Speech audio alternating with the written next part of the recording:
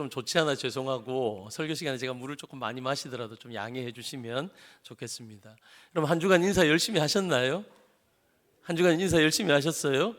오늘 제가 참 감동이었던 건 제가 한 15분 전쯤에 본당에 내려와서 이제 우리 찬양팀하고 기도하신 장로님하고 같이 잠깐 기도하는 시간 가지는데 그 훨씬 전부터 우리 연세가 있으신 우리 장로님들 권사님들 나오셔서 예배를 위해서 기도하시는데 우리 장로님 권사님들 하나님 저 왔어요 인사하셨겠지 해서 참 감사했습니다. 그리고 혹시 여러분들 오셔서 옆에 있는 성도님들에게 축복합니다 인사하셨나요? 그리고 이웃들에게 제가 저번 주 말씀드렸죠. 이게 이제 음료수라고 생각하시고요.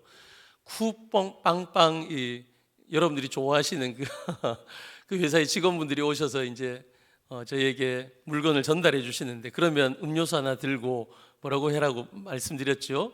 좋은 하루 되세요. 수고해 주셔서 감사합니다. 인사 여러분 혹시 그렇게 하셨나요? 괜찮습니다. 오늘 내일부터 또 하시면 되는 거예요. 그래서 또 한번 우리 연습하고 또 지나가겠습니다. 옆에 있는 분들에게 이렇게 한번 인사하겠습니다. 보고 싶었습니다. 보고 싶었습니다. 한 번 더 인사하실 때 축복합니다. 성가대에 앉아있는 어떤 권사님 보니까 막 발사돼서 나오실 것 같아요. 너무 많이 환하게 웃으셔서 감사합니다. 옆에 있는 분들에게 인사를 드렸는데 제가 여지없이 늘 그래요. 여러분 설교하러 처음 딱 올라왔을 때 여러분들의 표정을 보면요 이러세요. 꼭 목사님 설교 잘하시나 못하시나 오늘 한번 들어보자 하시는 느낌이거든요. 근데 옆에 있는 분들과 인사 한번 이렇게 하실래요 하고 나면 여러분들의 표정이 환하게 밝아져요. 인사만 잘해도 관계의 반은 열립니다. 그래서 그 관계의 열림은요 인사가 시작이고 그 시작이 중요한 거예요. 그래서 여러분 제가 오늘 우리 찬양팀하고 기도하기 전에 인사를 했는데 우리가 먼저 인사합시다 해서 환한 표정 그리고 솔톤 하니까 우리 앞에 있는 반주한 집사님들이 축복합니다 그러시더라고요. 너무 감사했어요. 오늘 인사 캠페인을 위한 두 번째 말씀 여러분들과 나누려고 합니다. 여러분 벌써 잊으신 건 아니시겠죠? 작년 우리 교회 표 예배는 우리의 심장이고 기도는 우리의 동력입니다. 예배 심장, 기도 동력. 올해는요 말씀이 삶이 되는 거룩한 습관을 만들라라는 것인데 작년과 올해가 다른 표가 아니에요. 같은 겁니다. 뭐냐면요 예배의 다른 부분에 대해서 작년과 올해를 조금 다르게 강조하고 있는 거예요. 예배는요 두 가지로 크게 나누어집니다. 첫 번째는 우리가 모여서 드리는 공예배예요. 그러니까 지금 주일에 예배 드리고 있는 여러분들에게는 3부 예배, 여러분 이 예배가 공예배입니다. 이 예배는요 우리가 모여서 함께 드리는 예배예요. 그런데 또 다른 예배의 형태가 하나 있어요. 그게 뭐냐? 우리가 흩어져서 드리는 삶의 예배입니다. 여러분 작년에는 코로나로 인해서 우리 공예배가 참 많이 무너졌어요. 그래서 공예배를 강조하기 위해서 예배는 우리의 심장입니다. 괄호치고 앞에 한 글자가 있었어야 되는데 공예배는 우리의 심장입니다 라는 의미였어요. 그랬더니 2022년도에 하나님께서 우리 교회 가운데 예배에 큰 회복을 주셨다라고 저는 개인적으로 믿습니다. 우리 성도님들의 피드백 가운데 목사님 예배 가운데 하나님을 만납니다, 하나님의 임재를 경험합니다 라는 피드백을 제가 굉장히 많이 받습니다. 또 작년에 말씀드렸던 것처럼 190여 명의 우리 새신자분들이 오셨는데 한 160여 분이 정착을 했다고 말씀을 드렸잖아요. 여러분 이분들에게 제가 처음에 오면 새가족실에서 저기 한가족 예배실에서 제가 여쭤봐요. 어떻게 오시게 되었느냐 하면 거의 95% 이상이 예배가 좋아서 왔습니다. 우리 예배 가운데 하나님의 기름 부심이 있는 줄로 믿습니다. 하나님 많이 회복시켜 주셨어요. 그래서 제가 처음 우리 교회 부임했을 때 정말 몇 분 앉아 계시지 않았거든요. 코로나 때문에 다 나올 수가 없는 그런 환경이었잖아요. 근데 저번 주에도 1060분이 넘는 성도님들이 우리가 모여서 예배를 드렸습니다. 할렐루야. 우리 주님께 영광의 박수 한번 드릴까요? 감사합니다. 우리 하나님께서 하신 줄로 믿습니다. 근데 여러분 올해는요 조금 다른 형태의 예배에 대해서 제가 집중해서 여러분들과 말씀을 나누고 캠페인을 하고 있습니다. 말씀이 삶이 되어서 거룩한 습관을 만든다라는 것은요 공예배를 넘어서 삶의 예배의 형태에 대해서 제가 여러분들에게 아주 강조하고 있는 것입니다. 모이는 것도 중요하지만 흩어지는 교회가 너무너무 중요해요. 함께 모여서 예배 드리는 것도 중요하지만 흩어져서 우리가 삶 가운데서 하나님을 예배하는 것이 너무너무 중요합니다. 여러분, 한국교회를 세대를 나누어 보면요, 초반에 1세대에 우리 믿음의 선배님들이 계셨습니다.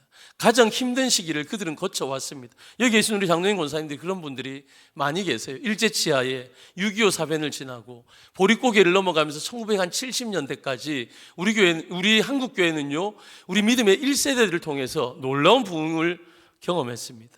한 2세대가 한 1980년부터 시작되었다라고 저는 생각이 들어집니다. 1980년대 시대 정도부터 여러분, 더 놀라운 폭발적인 부흥이 일어납니다. 세계에 유례가 없는 부흥의 진원지가 우리 대한민국이 되었습니다. 그런데 문제가 생겼어요. 1980년대를 지나면서 한국 사회 가운데 사회의 부패와 부조리들이 머리를 들고 나오기 시작했습니다. 그런데 그 부패 속에 세상 사람만 있었던 것이 아니라 우리 예수 믿는 크리스찬들도 거기 포함되어 있었던 것 여러분 아실 거예요. 1980년대, 90년대를 지나면서 부패한 모습들이 뉴스를 통해서 기업들과 군대들, 비리들이 이렇게 뉴스를 통해서 나오게 되었습니다. 어떤 기업의 총수가, 어떤 별 4개의 장성이 이런 부패가 있었다라고 이렇게 기사가 나오는 가운데 여러분 기억나시는지 모르겠지만 그 기업의 총수는 어떤 교회, 큰 대형교회 장로고 권사고 이런 얘기들이 흘러나왔습니다. 교회 안에서는 장로고 교회 안에서는 권사고 교회 안에서는 성도고 손들고 찬양하고 눈물을 흘려 기도하는 그런 하나님의 사람들인데 삶 속에서 예배에서는요 너무 많이 실패한 모습들이 사회 속에서 드러나기 시작한 겁니다. 왜 그렇습니까? 여러분 모여서 드리는 예배는요, 모여서 드리는 교회의 역할은 우리 한국교회가 참 잘했어요.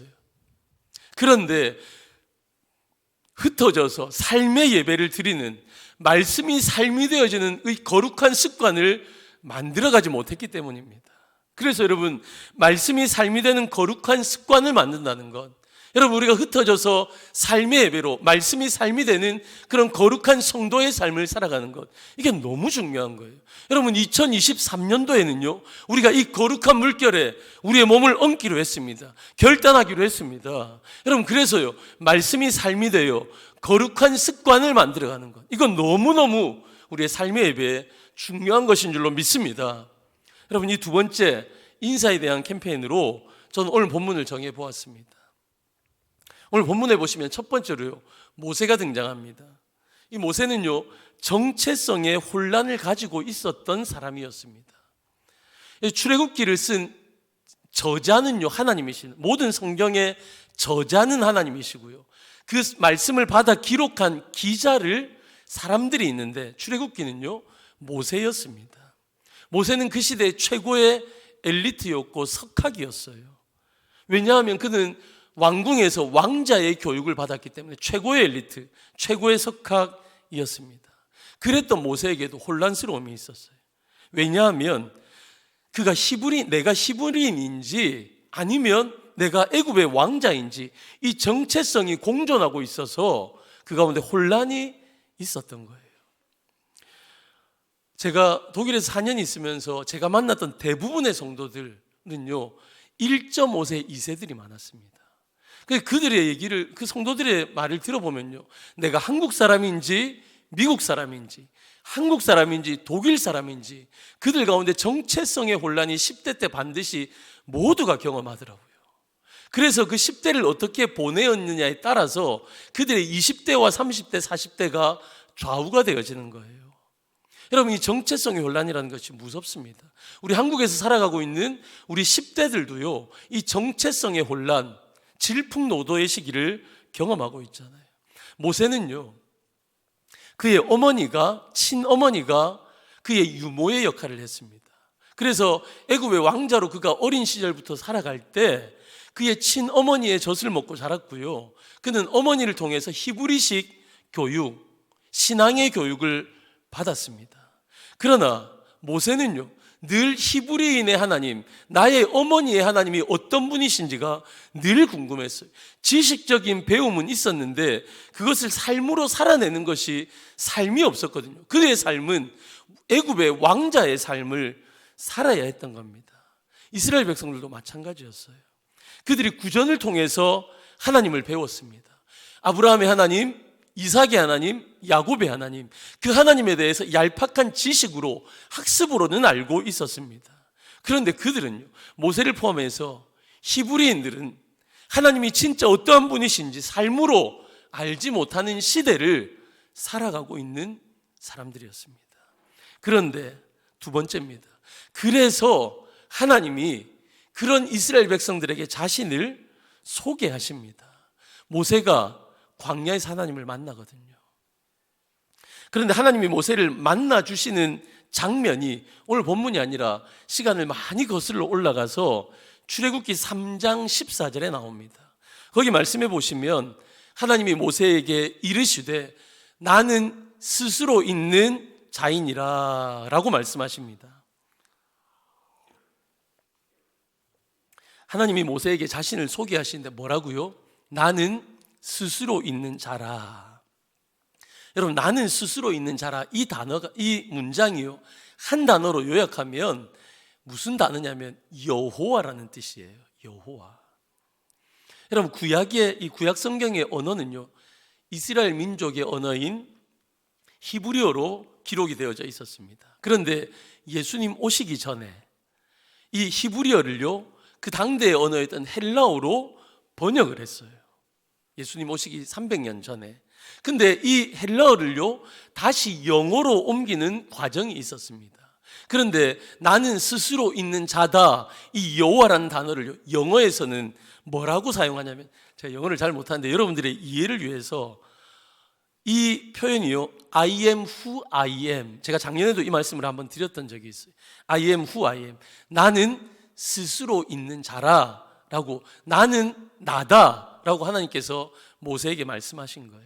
근데 이 I am who I am을요, 히브리어 동사 문법에 의해서 더 정확하게 해석을 하면요, 미래용으로 써져 있어요.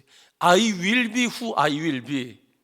목사님 무슨 말씀하시나 싶으실 텐데, 여러분, 이 뜻이 뭐냐면요, 이 히브리어를 헬라어를 영어로 번역한 이것을 통해서 나는 스스로 있는 자다라는 이 뜻이 더 명확해지는 거예요. 나는 미래형으로, 나는 뭐가 될 것이다, 하나님께서 모세에게 말씀하시는 겁니다. 더 구체적으로 나는 너희들과 함께 하면서 내가 누구인지를 너희에게 알려줄 거야. 나를 통해서, 아니 다른 어떤 것도 아니야, 내가 나를 통해서 나를 너희들에게 나타나게 될 것이다 라고 하나님 말씀하시는 겁니다. 그래서 이 나는 스스로 있는 자다, 여호와라는 이 의미를 통해서요, 하나님께서 당신을 우리에게 소개하실 때 우리를 인도하시는 하나님으로 소개하시는 겁니다. 또한 더불어서 더 깊은 의미는 우리와 함께 하실 하나님으로 당신을 소개하고 계시는 겁니다. 여러분, 잘 아시는 것처럼 우리 하나님은요, 초월하신 분이에요. 시간과 공간을 초월하시는 분이에요. 어느 곳에도 계시고 어떤 때에도 계시는 분이 우리 하나님이십니다. 여러분, 우리가 이 부천에서, 우리 중동교에서 지금 예배를 드리고 있지만 전국의 각 처에서 이 시간에 다 예배를 드리고 있어요. 저 전라도 끝에 있는 목포에서도, 저 경상도 끝에 있는 부산에서도 수많은 교회들이 예배를 드리고 있는데, 여러분, 우리 교회에 이렇게 임재하셔서 함께 하시는 하나님은요, 목포에도 부산에도, 아니 전 세계에도 하나님은 우리의 예배에 임재하셔서 우리의 예배를 받으시는 하나님이십니다. 하나님은 초월하시는, 시간과 공간을 초월하시는 하나님이시지만 하나님은 우리와 지금 이 시간 함께 하시는 하나님이시다라는 거예요. 우리가 기도할 때 응답하시는 분, 우리의 세밀한 신음소리까지도 들으시는, 그래서 우리의 기도 가운데 반응하시고 응답하시는 하나님. 그러니까 즉 우리 하나님은요, 멀리 계시는 하나님이 아니에요. 불러도 대답 없는 하나님이 아니세요. 그 하나님은 우리와 항상 함께 하시는 하나님, 지금 여기에 나와 함께 하시는 하나님이라, 하나님은 당신을 소개하실 때 나는 스스로 있는 자라, 여호와라, I will be who I will be 라고 우리 가운데, 하나님 자신을 우리 가운데 소개해 주고 계시다 라는 것입니다. 우리 하나님 참 좋으신 분이시죠. 여러분, 이것을 형상화한 사건이 있습니다. 이것을요, 여호와 하나님 스스로 있어서 우리와 함께 하신 하나님이라는 것을 눈에 보이도록 하나님 만드신 사건이 있는데 그게 뭐냐? 성막입니다. 오늘 본문에 드러나는 성막. 이 성막에는요, 두 가지 특징이 있어요. 오늘 본문을 통해서 성막의 두 가지 특징을 알 수 있는데 첫 번째가 뭐냐면 성막은 하나님의 영광으로 충만한 곳이었습니다. 하나님의 영광으로 충만한 곳. 오늘 본문으로 돌아와서 34절, 35절 우리 같이 한번 읽어보겠습니다. 시작. 구름이 회막에 덮이고 여호와의 영광이 성막에 충만하매 모세가 회막에 들어갈 수 없었으니 이는 구름이 회막 위에 덮이고 여호와의 영광이 성막에 충만함이었으며. 제가 색깔을 다르게 한 이 표현이요, 두 군데가 나오는데 똑같은 표현입니다. 여호와의 영광이 성막에 어떻게 됐다고요? 충만했다. 여호와의 영광이 성막에 충만했다. 두 번째입니다. 두 번째 성막의 특징은요, 성막은 한 곳에 정착한 것이 아니라 늘 이동했어요. 36절에서 38절까지입니다. 같이 한번 읽어봅니다. 시작. 구름이 성막 위에서 떠오를 때에는 이스라엘 자손이 그 모든 행진하는 길에 앞으로 나아갔고 구름이 떠오르지 않을 때에는 떠오르는 날까지 나아가지 아니하였으며 낮에는 여호와의 구름이 성막 위에 있고 밤에는 불이 그 구름 가운데 있음을 이스라엘의 온 족속이 그 모든 행진하는 길에서 그들의 눈으로 보았더라. 아멘. 여러분, 색깔 다른 두 개를 연결하면요, 두 가지 성막의 특징이 나오는 거예요. 여러분, 첫 번째는 뭐라고요? 여호와의 영광이 성막에 충만했다. 여호와의 영광이. 두 번째는요, 행진입니다. 행진. 성막은 한 곳에 정착하지 않았어요. 이스라엘 백성들은 출애굽했습니다. 그러니까 출애굽의 마지막 한 반 정도는요, 성막을 어떻게 짓느냐라는 것을 가르쳐 주셨고요. 그래서 레위기에 들어가고 하면 이걸 만들어서 진짜 성막을 가지고 이동하는 이야기가 민수기와 신명기의 내용이에요. 그러니까 이스라엘 백성은 출애굽에서 성막을 가지고 계속해서 이동한 겁니다. 그래서 시내산에 도착하고 다시 여정을 떠나서 가나안으로 가는 여정, 행진의 여정이었습니다. 성막은 백성들의 중심에서 늘 함께 이동한 거예요. 이스라엘 백성들과 함께 성막은 늘 이동하고 행진했다라는 것입니다. 여러분, 이동하면서 또 이동하다가 쉬면서 그들의 중심에는 성막이 있었고요. 그 성막은 늘 어떻게 되었다고요? 하나님의 영광이 충만하였다라는 것입니다. 이동과 하나님의 영광의 충만. 여러분, 이 성막의 두 가지 특징을 통해서 오늘날 우리의 예배 그리고 우리의 삶 속에서 가장 중요한 예배의 원리에 대해서 우리 가운데 말씀해 주고 있습니다. 그래서 다섯 번째로, 여러분, 구약의 성막은요, 신약의 성전으로 개념이 바뀌어집니다. 구약의 성막은 눈에 보였어요. 건물이었습니다. 눈에 보이는 건물, 그러니까 장소의 개념이었어요. 근데 신약의 성전의 개념은 무엇이냐면 구약의 성전처럼 더 이상 장소의 개념이 아닙니다. 신약의 성전은 누구냐면요, 여러분, 우리는 자꾸만 이 건물을 중동교회 하면 이 예배당을 자꾸 생각해요. 근데 이 예배당이 교회가 아닙니다. 교회당, 예배당, 우리가 모여서 함께 예배를 드리는 장소지, 여기가 교회가 아니에요. 신약에서 말씀하시는 교회는요, 저와 여러분들입니다.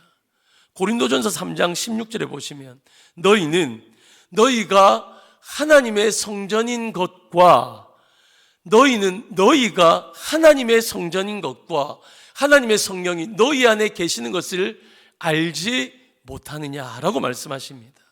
사도 바울 선생님이 이 말씀을 하셨는데, 사도 바울이 예수님을 만나기 전에는 성전의 개념을 장소의 개념으로 생각했어요. 그런데 이제 성전은 더 이상 장소의 개념이 아니라 뭐라고요? 너희가 하나님의 성전인 것과, 그러니까 즉 성전은요, 저와 여러분들, 우리가 성전이다 라고 선포하고 있는 거예요. 성령이 우리 안에 거하신다라는 것, 성령이요, 우리 안에 거하세요. 이게 무슨 표현입니까? 우리 안에 성령이 계시기 때문에 하나님의 영광의 충만함이 우리 속에 있다라는 거예요. 그래서 우리는 어떤 사람이냐면 우리는 걸어다니는 성막, 걸어다니는 하나님의 영광의 임재로 충만한 성전이 되었다라는 것입니다. 그리스도인이 된다라는 것은요, 우리 각자 개개인이 움직이는 성전이 되는 것을 의미하는 거예요. 그래서 여러분, 우리는 이렇게 모여서 공예배로 모여서 예배를 드리고 흩어져서 삶의 예배를 드립니다. 그래서 우리가 살아가는 삶의 현장, 여러분들의 가족, 여러분들의 직장에서도 함부로 말하고 함부로 행동하면 안 되는 거예요. 아무리 내 자녀라 할지라도 내 자녀에게 여러분 함부로 말하시면 안 돼요. 함부로 행동하시면 안 돼요. 조심하셔야 합니다. 세상의 가치관으로 살아서는 안 된다라는 겁니다. 세상에서 살아갈 때 모두가 하더라도 하나님의 말씀이 아니라고 하시면 아니라고 말할 수 있는 용기와 행동이 필요한 거예요. 모두가 아니다라고 말할지라도 하나님의 말씀이 맞다라고 하면은요, 우리는 예라고 그 말씀 앞에 순종하는 것이 필요합니다. 나의 말과 행동이 세속화되어지지 않도록 우리는 힘써야 하는 겁니다. 왜 그렇습니까? 우리는 걸어다니는 성전이기 때문에 그렇습니다. 여러분, 나의 행동이, 나의 말 한마디가 여러분 하나님의 영광을 드러내기도 하고 하나님의 영광을 땅에 떨어뜨리기도 하는 거예요. 여러분, 그래서 우리는요, 흩어지는 교회가 되어야 합니다. 그래서 우리 교회는요, 흩어지는 교회로 개방적이어야지 폐쇄적이면 안 된다라는 겁니다. 이 개방적이다라는 의미에는요, 어떤 분들도 교회 안에 들어올 수 있어야 돼요.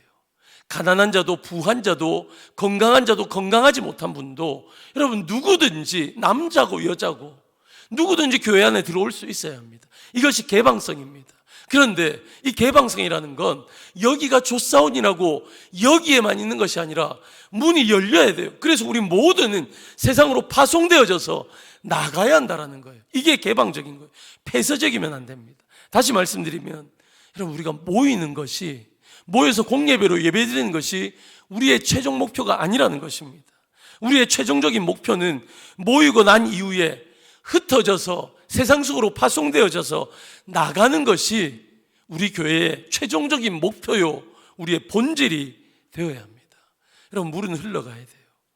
물이요, 흘러가지 않고 고여만 있으면 썩게 됩니다. 우리가 모여 있기만 하면요, 썩을 수밖에 없습니다. 사해를 보십시오. 여러분, 혹시 이스라엘 가보신 분들은 사해는 꼭 가는 특 A급 관광지입니다. 여러분, 사해가 왜 그렇게 유명한 관광지가 되었습니까? 생명력이 없어 죽은 바다이기 때문에. 내가 들어가면 수영을 못해도 붕붕 뜨니까 거기는 꼭 한번 가보고 싶다는 특 A 관광지가 된 거예요. 여러분, 이스라엘의 구조는요, 저 북쪽에 헐몬산이 있습니다. 헐몬산에서 물이 만년설인데 그것이 흘러 내려와서요, 갈릴리 바다를 이룹니다. 헐몬산이 흘러서 갈릴리 바다를 이루고 그것이 요단강을 통해서 저 중부지방에 있는 사해로 흘러가요. 사해로 끝입니다. 사해에서는요, 사해는 들어오는 물은 있는데 나가는 물이 없어요. 그러니까 죽은 바다 사해라고 부르는 것입니다. 여러분, 성전된 우리가 교회 안에서만 우리의 생각과 삶이 머무르게 되면요, 썩어질 수밖에 없어요. 우리 안에 문제들에 치여서 우리끼리 싸우고 우리끼리 힘들어하고 그러다가 교회가 공중분해되어지는 교회들이 많이 있습니다. 저는 이민교회를 경험했잖아요. 이민교회를 목회하고 제 옆에 있는 교회들은 다 이민교회였어요. 그런데 얼마나 많이 교회가 공중분해 되어지는지 모릅니다. 모여서 예배드리는 건 어느 나라나 다 예배 잘 드려요. 그런데요, 그 주신 은혜, 그 사랑, 복음을 가지고 세상 가운데 나가서 영향력 있게 살아가지 못하니까 자꾸 교회 안에만 모여요. 모여서 찢고 벗고 싸워요. 그러다가 교회가 자꾸만 갈라지는 겁니다. 전 너무 많이 봤습니다. 건강한 교회는 계속해서 퍼져나가는 교회가 되어야 합니다. 선교사님들을 위해서 기도하며 돕기를 즐겨해야 합니다. 지역 속에 그리스도의 사랑을 나누기를 즐거워해야 합니다. 개인의 삶 속에서 우리가 모여서 예배해서 은혜 받고, 그래서 우리는 흩어져서 우리의 삶 속에서 하나님의 말씀을 삶으로 이루어내는, 그래서 모이고 흩어지고 모이고 흩어지고, 여러분, 이것이 반복되어지는 교회가 건강한 교회인 거예요. 우리의 삶은 늘 이동하면서 살아갑니다. 이 이동이라는 것은 우리가 날마다 집에만 있으면 안 되고 날마다 어디 출장을 가야 한다 이런 의미가 아닙니다. 이 이동이라는 의미는요, 모여서 은혜 받고, 그래서 그 받은 은혜를 가슴에 품고 세상 속으로 우리의 가정과 우리의 직장과 우리의 캠퍼스와 우리의 세상의 관계 속으로, 세상 속으로 이동해야 하는 것을 말씀하시는 겁니다. 그런데 여러분, 성경 속에서요, 퍼져나가지 않으니까 억지로 나가게 하시는 경우를 보게 됩니다. 흩어지기. 그게 누구냐? 흩어지는 안디옥 교회 성도들이었습니다. 여러분, 사도행전 초반을 보시면요, 초대교회 예루살렘 교회가 형성이 되어집니다. 성령께서 강하고 급하게 그들 가운데 임재하셨습니다.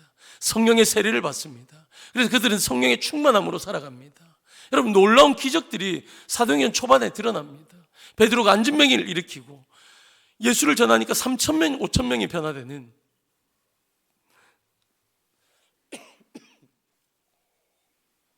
그런 기적들이 사도행전 초반에 일어나요. 그런데 여러분, 예루살렘 교회는 여기가 조사원이었어요. 하나님의 플랜은요, 하나님의 계획은 장소의 이동도 있었어요. 예루살렘에서, 사마리아에서, 유대에서 전 이스라엘로, 그것이 퍼져나가서 어떻게 해요? 여러분, 전 세계로 확장되어지는 것이 하나님의 계획이었는데, 이스라엘 백성들은요, 초대교회 예루살렘 교회는 자기들끼리 좋아서 머물러 있었습니다. 그래서 하나님께서 핍박이라는 도구로 그들을 흩어버리십니다. 그래서 흩어져서 세운 첫 번째 이방인 교회가 어디예요? 안디옥 교회예요. 안디옥 교회. 여러분, 그래서 안디옥 교회 성도들이 흩어져서 그들이 말씀을 배우고 그들의 삶으로 나아가서 살았던 삶의 모습들을 사도행전 11장 26절에 우리 가운데 말씀해 주고 계십니다. 우리 같이 한번 읽어보겠습니다. 사도행전 11장 26절입니다. 시작. 만남에 안디옥에 데리고 와서 둘이 교회에 1년간 모여 있어 큰 무리를 가르쳤고, 제자들이 안디옥에서 비로소 그리스도인이라 일컬음을 받게 되었더라. 아멘. 여러분, 최초의 이방인 교회 안디옥 교회가 세워졌는데, 모교회인 예루살렘 교회에서 바나바 목사님과 바울 목사님을 파송해서 그들에게 1년 동안 하나님의 말씀을 계속해서 가르칩니다. 그리고 나서 그 말씀을 배우고 설교를 듣고 양육을 받고, 그래서 그들의 삶의 영역으로 이제 나가서 삶을 사는 거예요. 그랬더니 믿지 않는 사람들이 이 안디옥 교회 성도들을 향해서 별명을 붙여줬는데, 그게 뭐예요? 그리스도인이라, 예수쟁이라는 거예요. 쟤들 예수쟁이야, 그 의미입니다. 그런데 여러분, 예수님을 닮은 사람, 이 그리스도인이라는 의미가 무엇입니까? 안디옥 교회 성도들이 이 말을 듣기까지 그들이 어떤 삶을 살았는지 여러분 상상이 되십니까? 바나바 목사님과 바울 목사님을 통해서 하나님의 말씀을 배운 거예요. 탈세하면, 그 세금을 횡령하면 안 돼요. 배운 거예요. 모든 사람들이 세금을 횡령합니다. 탈세합니다. 그런데 그들도 그거 몰랐겠어요? 근데 그렇게 하면 안 된다고 해서 정직하게 세금을 낸 겁니다. 요즘으로 표현하면 그런 의미인 거예요. 여러분, 살아가는 것이 얼마나 팍팍했겠습니까? 지금뿐만 아니라 그 시대도 그랬을 거예요. 여러분, 자녀들 말 안 듣죠? 직장에 나가면 나 괴롭히는 직장 상사 있죠? 밑에서 치고 올라오는 후배들이 있는데 걔들이 더 무서워요. 여러분, 너무너무 나가서 스트레스를 받으면 우리가 세상 속에서 살아갑니다. 그런데요, 목사님이 설교를 통해서 말씀하시는 거예요. 환하게 웃으십시오. 솔턴으로 그렇게 인사하십시오. 그래서 축복합니다, 사랑합니다, 인사하라는 거예요. 그게 하고 싶겠어요? 나가서 살면서 퍽퍽해서 그러고 싶지 않은데 하나님의 말씀을 들으면서 세상 가운데 진짜 해본 거예요. 그러니까 세상 사람들이 안디옥 교회 성도들을 향해서 그리스도인이라, 예수님 닮은 사람이구나, 진짜 예수쟁이들이구나, 그렇게 말한 겁니다. 말씀대로 살았더니 하나님의 영광이 그들 가운데 임재하신 겁니다. 삶의 현장에서 살아가는 모든 순간에서 하나님께 삶의 예배를 드렸더니 하나님의 영광이 충만함으로 그들 가운데 삶 속에서 일어난 겁니다. 이것을 믿지 않는 사람들이 보고선 저 사람들은 예수 믿는 사람이야, 저 사람들은 예수를 닮은 사람이야 말하기 시작한 겁니다. 진짜 움직이는, 하나님의 영광으로 움직이는 교회가, 진짜 교회가 탄생하게 되어진 것입니다. 여러분, 그런데 성경에도 이런 분들이 계신데, 역사 가운데도요, 성경에 기록되어 있지 않지만 역사 가운데도 이런 안디옥 교회 성도들과 같은 말씀이 삶이 되는 성도들이 있었습니다. 그들이 누구냐면 흩어져 살 수밖에 없었던 위그노라는 사람들입니다.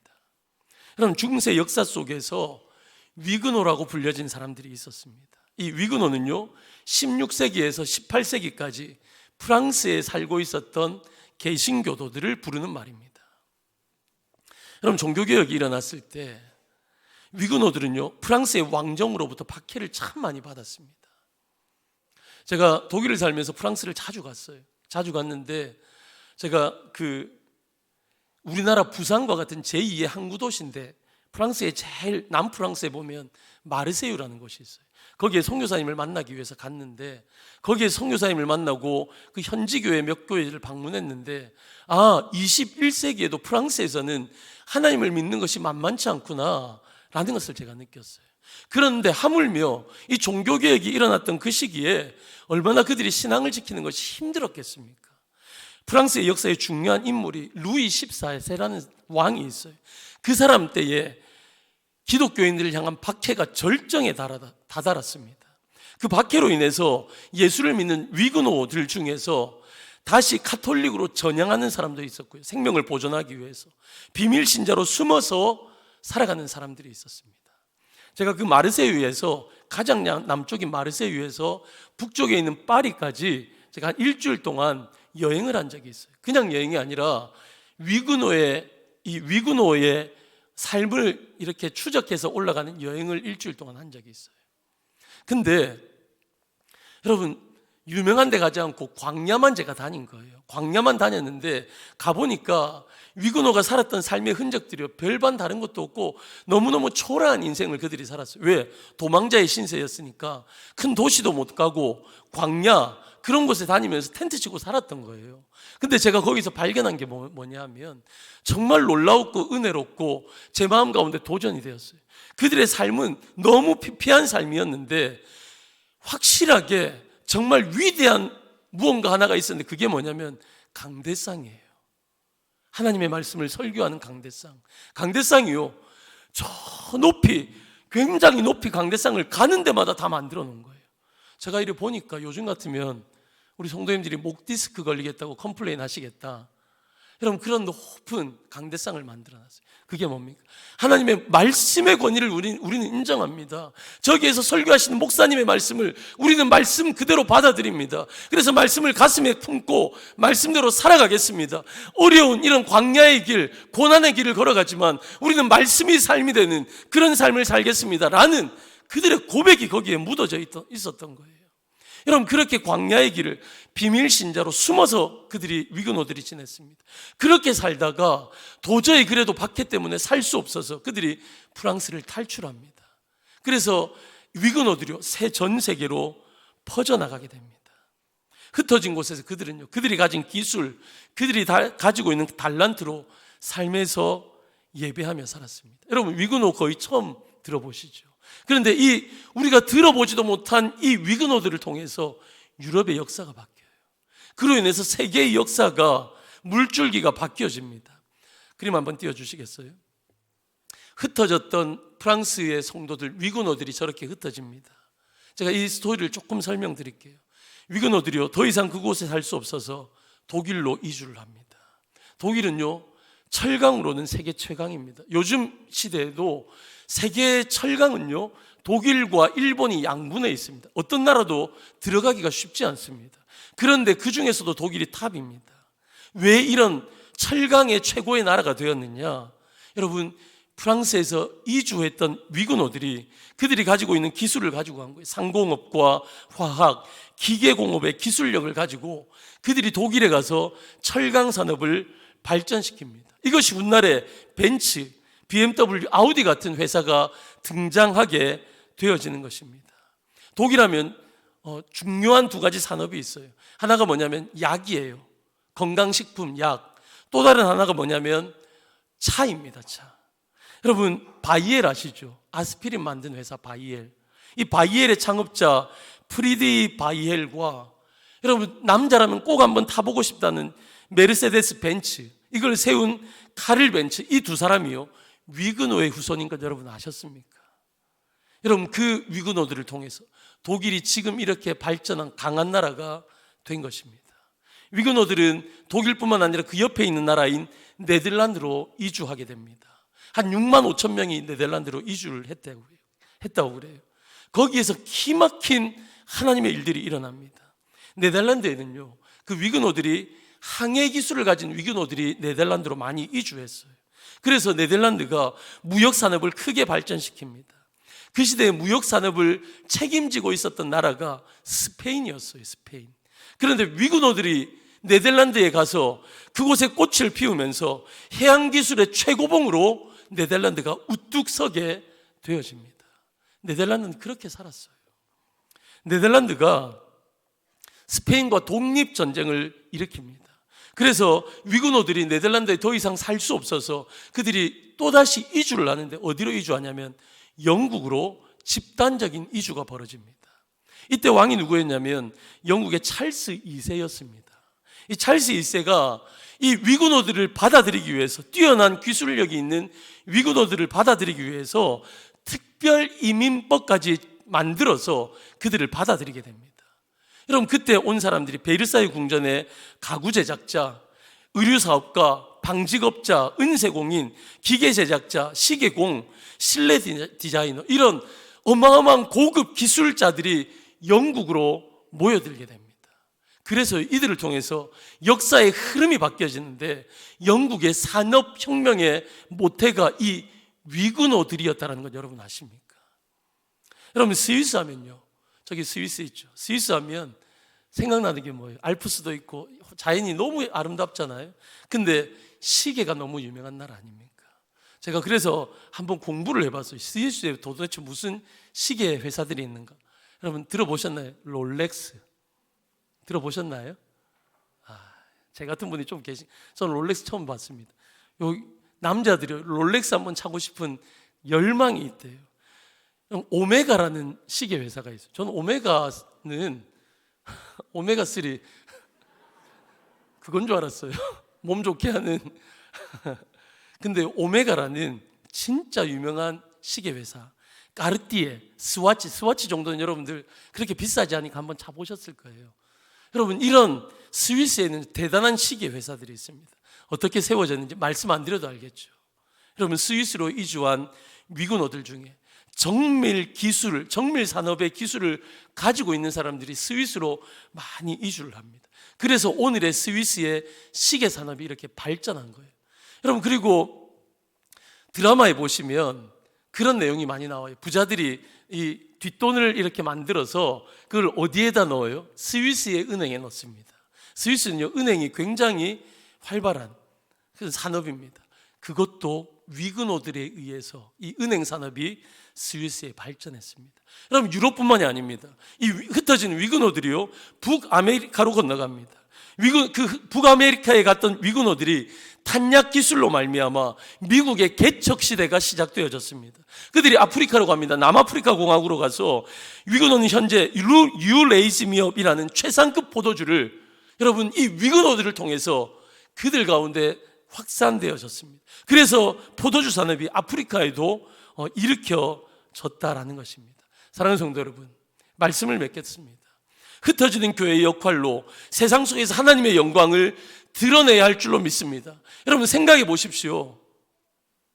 여러분, 흩어졌던 안디옥 교회 성도들이 예루살렘만 그리워하고 고향만 그리워하고 눈물 지으며 그냥 패배자의 인생을 살았다면, 그들이 진짜 교회, 안디옥 교회, 그리스도인이라는 칭호를 받는 교회, 그런 교회를 만들 수 있었겠습니까? 그럴 수 없었어요. 위그노들이요, 자신들의 인생이, 내 인생이 왜 이렇게 돼야 되나? 예수 잘 믿겠다라고 그렇게 믿음의 길을 걸어가는데 내 나라에서도 살지 못하고 이렇게 외국으로 흩어져서 이런 힘든 삶을 살아야 되냐? 내 삶을 한탄하고 눈물로 그들이 패배의식에 의해서 살아갔다라면, 여러분, 이 세상의 역사가 어떻게 되었겠습니까? 사랑하는 성도 여러분, 기억하십시오. 저를 한번 따라해 주시겠어요? 우리는 교회입니다. 나는 교회입니다. 여러분, 우리는 교회입니다. 그런데 어떤 교회라고요? 움직이는 교회인데 걸어다니는 하나님의 영광인 줄로 믿습니다. 여러분, 한 주간 세상 속에서 걸어다니면서 작아 보이지만 우리의 미소는요, 우리의 웃음은요, 우리의 인사는 하나님의 영광이 될 줄로 믿습니다. 여러분, 그래서 여러분 세상 속에서 살아가실 때 활짝 웃으셔야 합니다. 상냥하게 인사하셔야 됩니다. 베이스로가 아니라 솔톤으로 반갑습니다 하실 수 있어야 합니다. 여러분, 이 한 주간 우리가 살아갈 때 삶의 예배 속에서 걸어다니는 하나님의 영광으로 멋지게 살아가셔서 다른 사람들의 삶을 부요롭게 하고 풍요롭게 하고 하나님의 나라를 확장시켜 나가는 귀한 삶의 예배자 되어지시기를 주님의 이름으로 간절히 축원합니다. 할렐루야.